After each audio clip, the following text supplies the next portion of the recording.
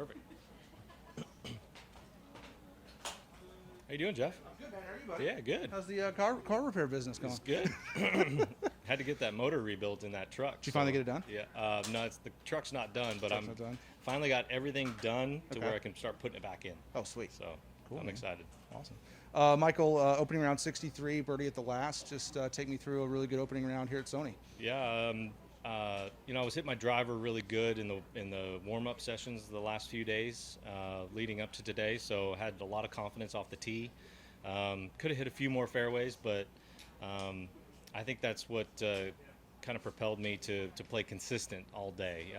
I didn't do anything crazy, wasn't bombing drives or anything, just keep it in the fairway, give myself chances on the greens, and finally got my speed dialed in by a hole about 4 or 5, and then the only hiccup was the 3-putt from 15 feet. So, Yeah. I mean, really not a whole lot to complain about, just solid, steady golf. Talk about how, first tournament of the year here in 22 and a good first round. How does that set you up, and kind of what did you see from the offseason that maybe you worked on that you saw come to fruition today? Yeah, I actually did a lot of equipment work to try to narrow up my dispersions with my irons and wood specifically, and I think I'm in a good spot. I think I got a good setup with what I have, and there's a couple tweaks that I'm going to make next week just with the facilities there that are a little more conducive to good practice. But really just playing my own game. I'm 36 years old. I'm not going to overhaul my game. I'm not going to gain 30 yards in distance off the tee. Right.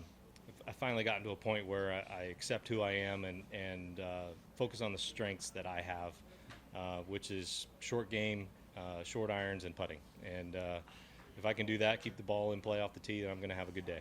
How much has that acceptance freed you up? Yeah, it's huge. I mean, I think that's a big key between the great golfers out here and the guys who are, struggling to keep their card every year. Is the guys at the top are fully accepting of their game. They know who they are as a player, and they know where their strengths are, and they're going to play to those strengths. And it's taken me a few years to get there, but, as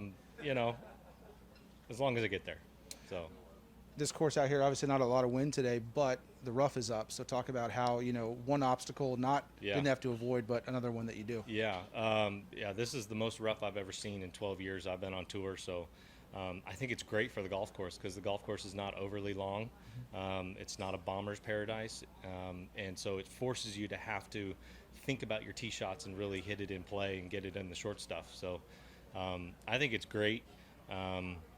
It's frustrating when you hit it in the rough, but I think it's going to keep the scores down a little bit, and I think it's a great change. Playing with no wind out here is always nice because you don't have to worry about gusts or anything like that, and so I was thankful I got to take advantage of that this morning.